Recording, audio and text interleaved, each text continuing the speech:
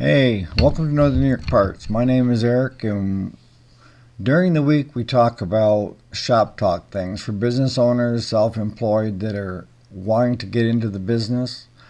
And then what I do on the weekend is I will try to put together videos that I think are the most helpful for you, whether you are just a homeowner, someone wanting to get into the business, or somebody who's been in there for a while. But today I thought what we talk about is you homeowners. You guys, the things you should be doing on a regular basis to your riding lawnmower during the summer for preventative maintenance to save you money. Yes, money. All right.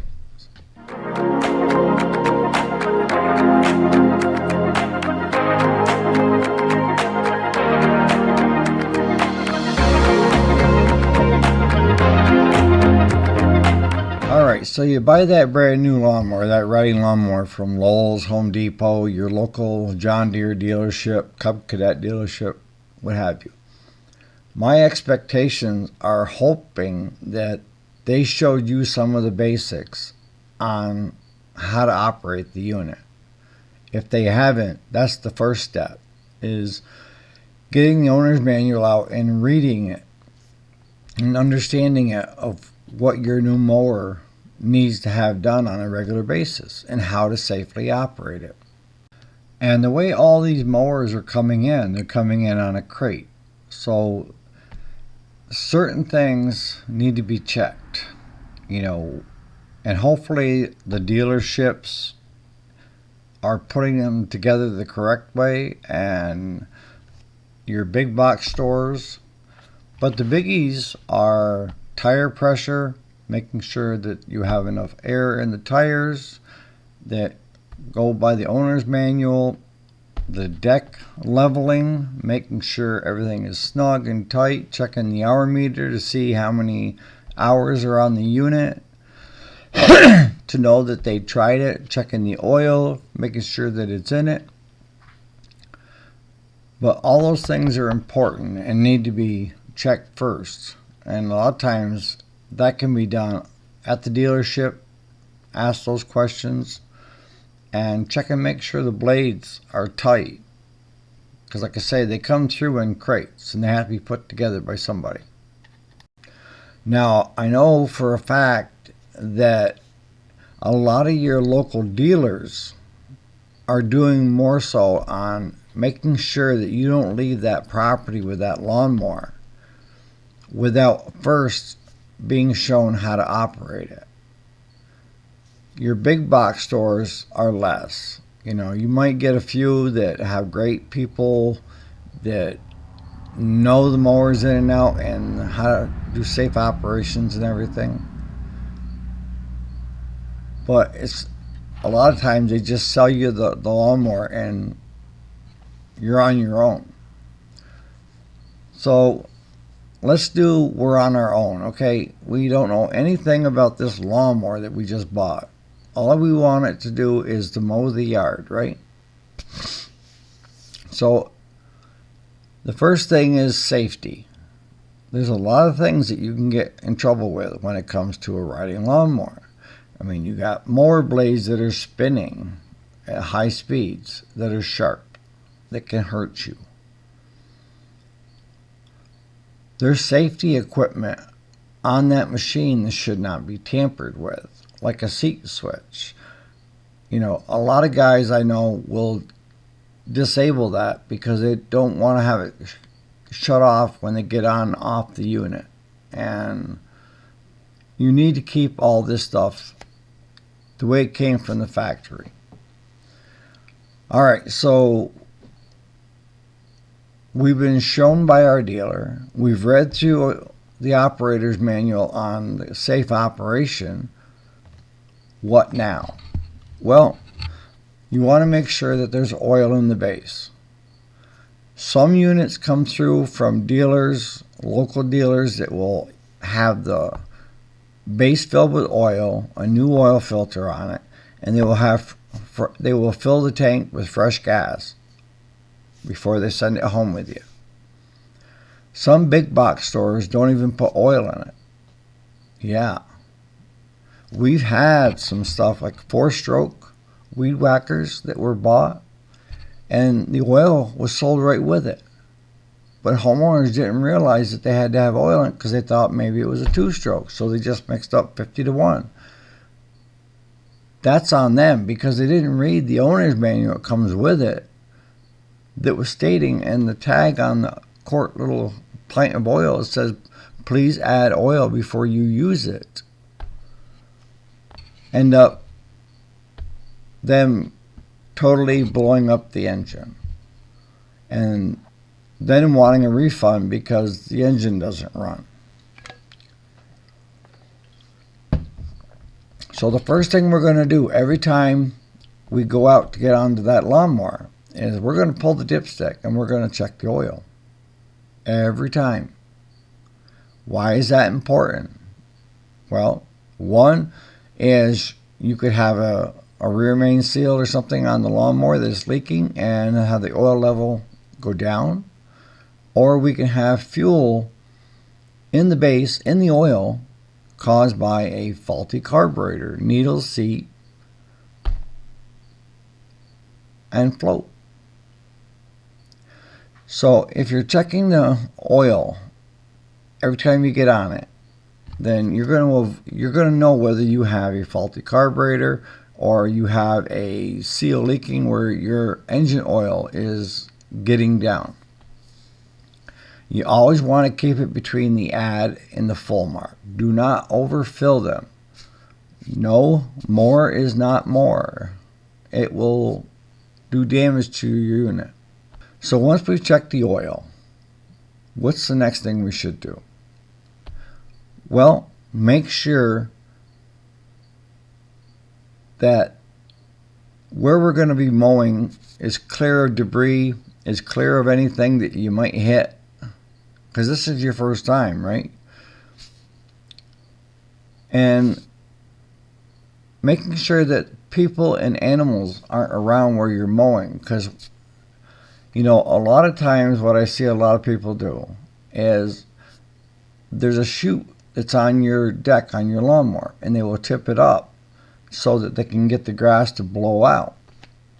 And what also blows out is if it picks up a stone, piece of metal, what have you. If there's anybody out in that direction that can be hit, what does it go back to? Our first rule of thumb, safety first.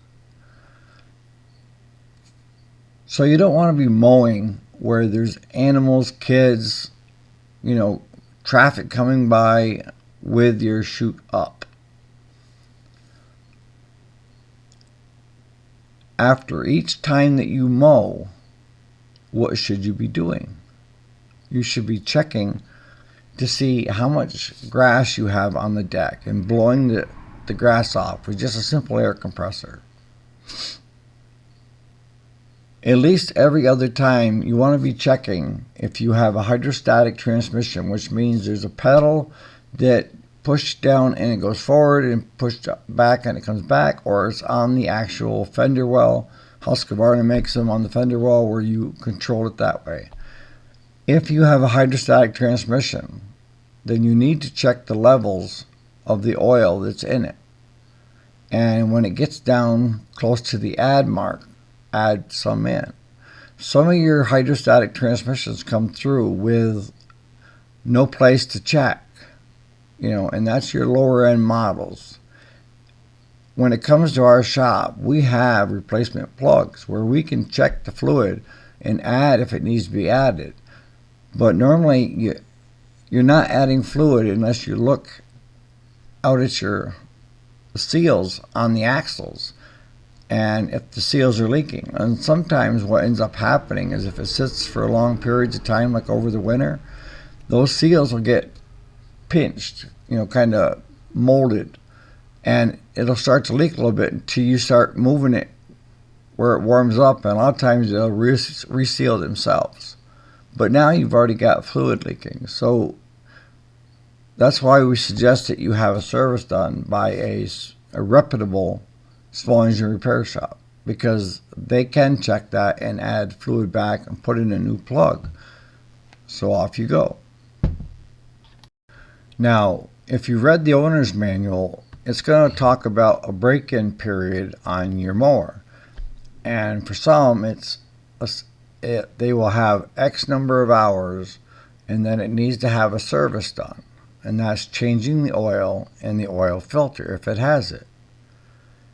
And it's very critical that you do that, because it's taking out, these engines are gone through a process where there could be still pieces of metal, shrapnel and stuff that from the drilling out, molding and so forth, that will come out in that first run. And it may be 10 hours, 20 hours, what have you. So you want to make sure that, because your unit should have an hour meter on it if it tells you by the hour. You can buy an aftermarket one for probably under $10, and there's videos out there that show you how to hook them up, just RPM type things, that will give you an hour meter. But you need to follow what the owner's manual is telling you. So after the break-in, you got check the oil or drain the oil, change the filter if it has one, put it back in, or take it back to the dealership that you bought it from. And a lot of times, most of those dealers will do it for free. The other thing you should be doing, if you read your owner's manual, is you should be greasing on a regular basis. Let me tell you, being a farmer, the biggest cost to any operation with equipment is breakdowns. Yeah. A lot of times, a lot of the things that end up broke could have been avoided had we just applied grease to it every day. Now, when it comes to your mower deck, if it's got 2 spindles or 3 spindles, 2 blade or 3 blade, some of your models are coming through without any grease fittings on them. So it's a sealed unit. You run it until it goes. Where others have got grease fittings on top. And I recommend after every couple mowings, just hit them with a couple shots of grease. You have your steering, couple shots of grease. And what I do there is I just watch for it to come out.